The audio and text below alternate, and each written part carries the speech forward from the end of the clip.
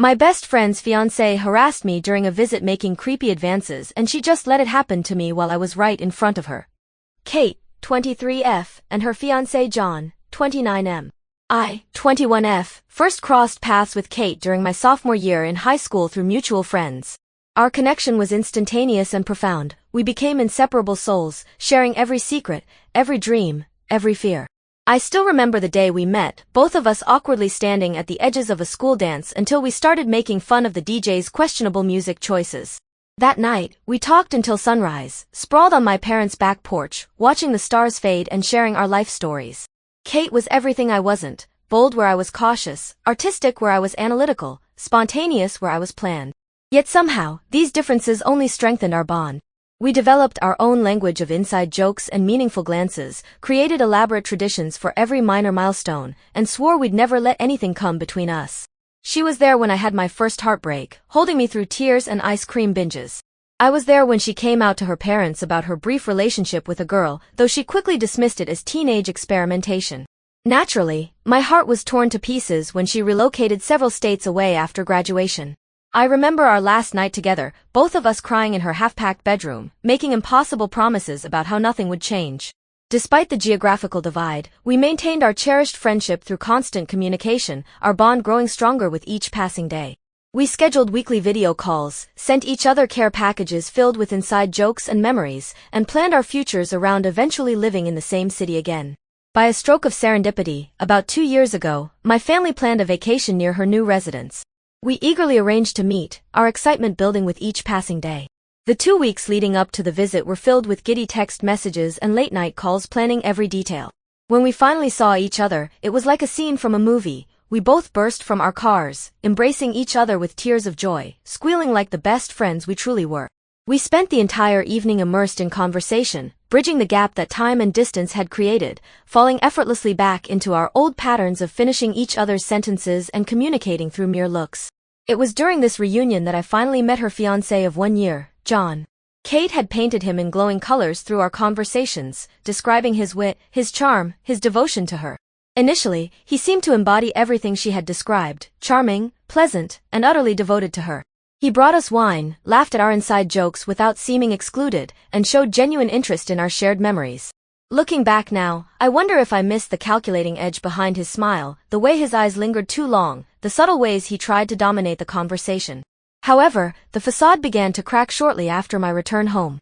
I received a message from an unknown number. It was John. His initial text seemed innocent enough. He expressed gratitude for my visit, noting how it had lifted Kate's spirits to heights he hadn't witnessed in months. Being aware of the personal demons Kate had been battling, I responded positively, appreciating his apparent concern for her well-being. I assumed Kate had shared my contact information with him and thought nothing more of it. Looking back, I should have recognized this as the first move in his calculated game of manipulation. But what started as seemingly harmless communication soon evolved into something more unsettling. John began texting regularly about trivial matters, seeking my opinion about movies they were about to watch, or discussing new video games they had purchased. His messages always came at odd hours, often late at night or early morning, as if testing my boundaries and availability. While I would respond courteously to his specific queries, I deliberately kept our exchanges brief and to the point. Despite my obvious attempts to maintain distance, John persistently tried to engage me in longer conversations, his messages becoming increasingly personal and probing. I noticed a pattern emerging. He would often mention Kate's supposed shortcomings or concerns about their relationship, trying to create a false sense of intimacy between us.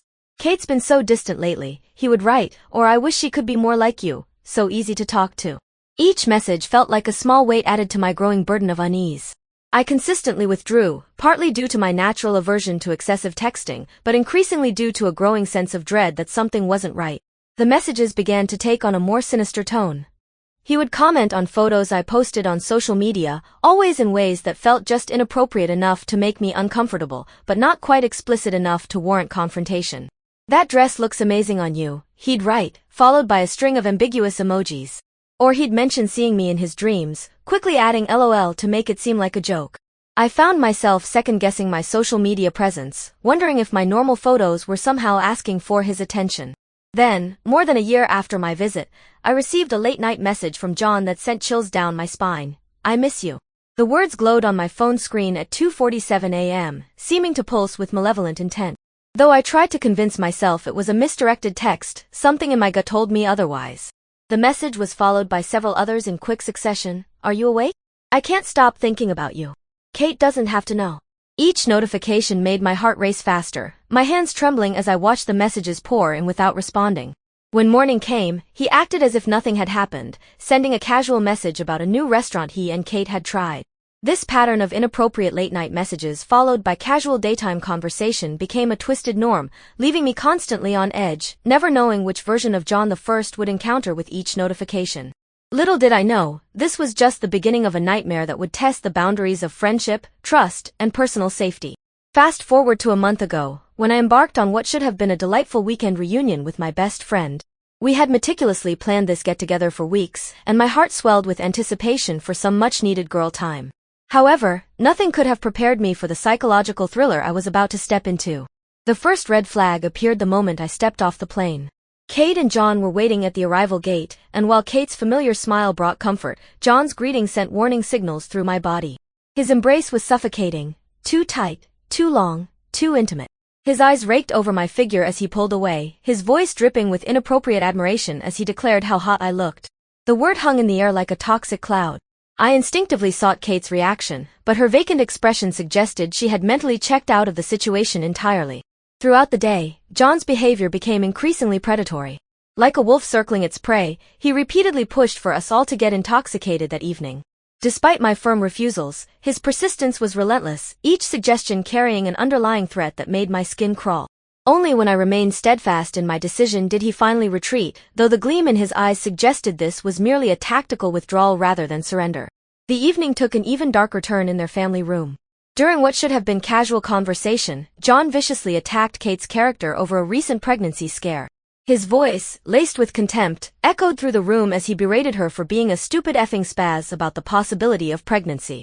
The cruelty in his words was matched only by the casual way he dismissed her reproductive autonomy, declaring it BS that she would expect him to use protection after forgetting her birth control. My blood boiling, I defended my friend, emphasizing her right to reproductive safety. John's only response was a dismissive laugh that sent shivers down my spine, while Kate remained frozen in silence, a statue bearing witness to her own humiliation.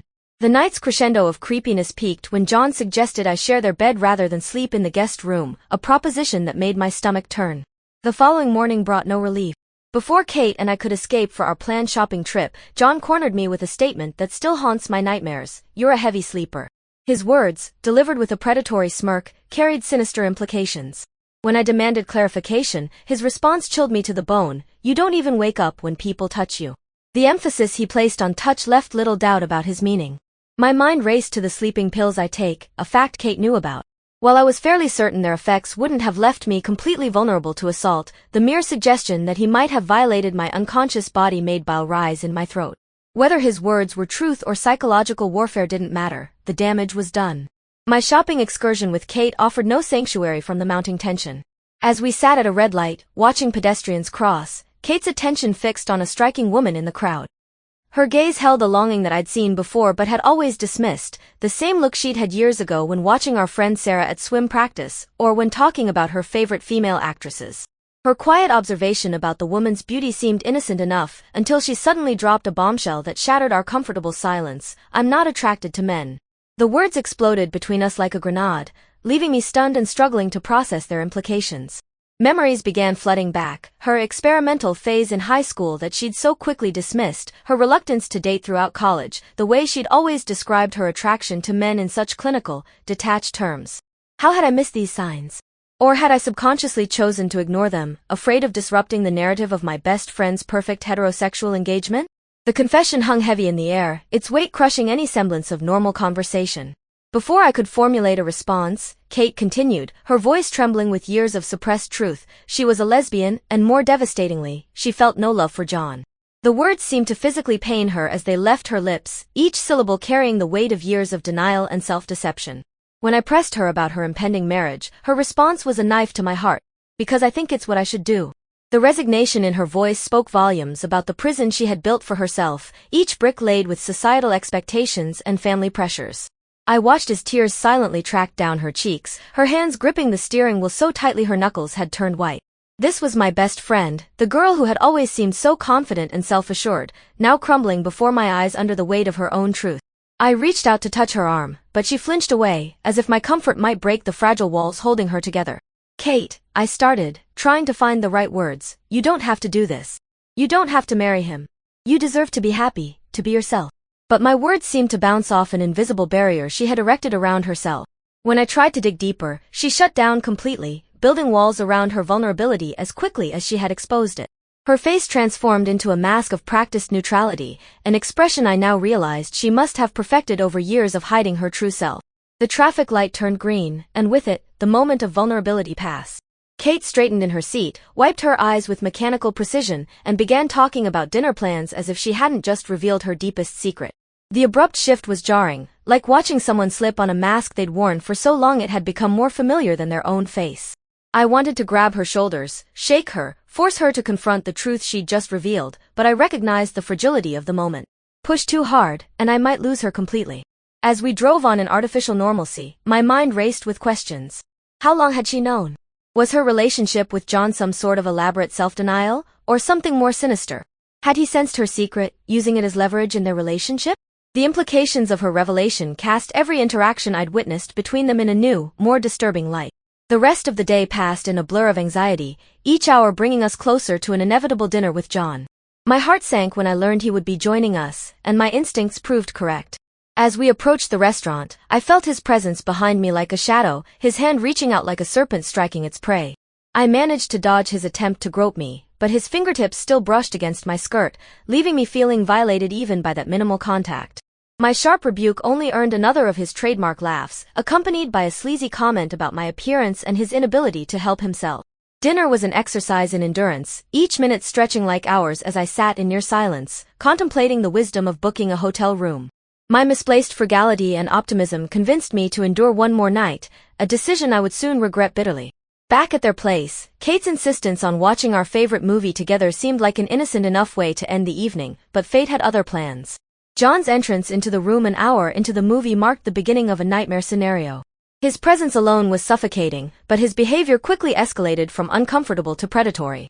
His repeated demands for Kate and me to kiss felt like psychological warfare, each request more insistent than the last. Kate's continued silence spoke volumes about the dynamics at play, her vacant stare a testament to years of conditioning and compliance. The situation reached its horrifying climax when John, emboldened by Kate's passive acceptance, propositioned me directly. His delusional confidence suggested he truly believed himself irresistible, and his assertion that Kate was fine with sharing him made my skin crawl. When I looked to Kate for support, her empty eyes and frozen posture told me I was completely alone in this situation. My attempt to leave triggered a primal fear response when John blocked the door. The sight of his imposing figure, a stark reminder of our physical disparity, sent adrenaline coursing through my veins. His claim that I owed him for his hospitality echoed in my ears as I made the split-second decision to force my way past him. The brush of his fingers against me as I escaped felt like acid on my skin. In the aftermath of this ordeal, Kate's complete failure to acknowledge what transpired has left me grappling with a complex mixture of emotions. While part of me burns with anger at her passive enabling of John's predatory behavior, another part recognizes the signs of potential abuse or mental health struggles in her behavior. The knowledge that she was aware of my past sexual assault makes her complicity even more painful to process. By a twist of fate, I've recently accepted an internship position in their city, which means I'll soon be living in dangerous proximity to both of them.